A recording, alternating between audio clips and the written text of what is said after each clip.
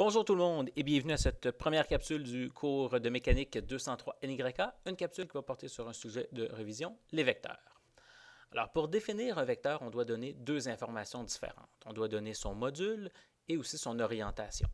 Donc si je dis par exemple 30 mètres vers le nord, eh bien, il s'agit d'une quantité qui est vectorielle, puisqu'on a donné une grandeur, un module, c'est-à-dire 30 mètres, ainsi qu'une orientation vers le nord.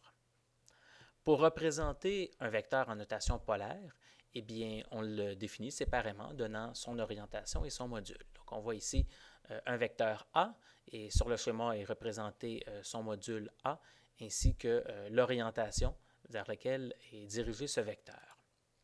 En notation cartésienne, eh bien, le même vecteur, on va le représenter avec des composantes selon l'axe des x et selon l'axe des y. Donc, une composante AX et une composante AY. Donc, on remarque que pour représenter ce vecteur en notation cartésienne, eh bien, on a fait appel à des vecteurs unitaires. Donc, les vecteurs unitaires I, J et K, ce sont trois vecteurs unitaires qui sont orientés selon les axes des X, des Y et des Z, respectivement.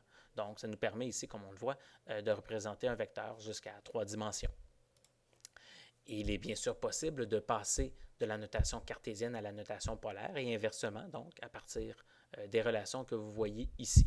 Donc, les composantes cartésiennes AX et AY s'obtiennent à partir du module et de l'orientation.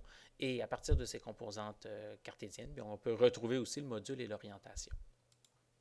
Si on désire additionner des vecteurs, eh bien, on doit le faire absolument sous la forme cartésienne.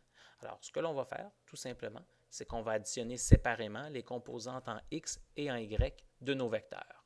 Donc, on voit ici un vecteur c que l'on obtient en additionnant les vecteurs a et b.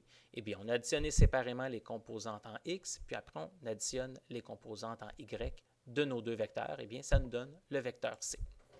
Alors, par exemple, ici, si vous avez un vecteur A et un vecteur B qui sont donnés en coordonnées polaires, eh bien, pour les additionner, il va falloir passer en coordonnées cartésiennes. Alors ici, je vous invite à peut-être appuyer sur le bouton pause pour bien prendre le temps de lire l'exemple. Donc, ces deux vecteurs, on les a tout d'abord transformés en coordonnées cartésiennes et ensuite, puis on a additionné les composantes cartésiennes en x et en y des deux vecteurs afin d'obtenir le vecteur c. Alors écoutez, merci de votre écoute pour cette première capsule et on se revoit en classe. Au revoir.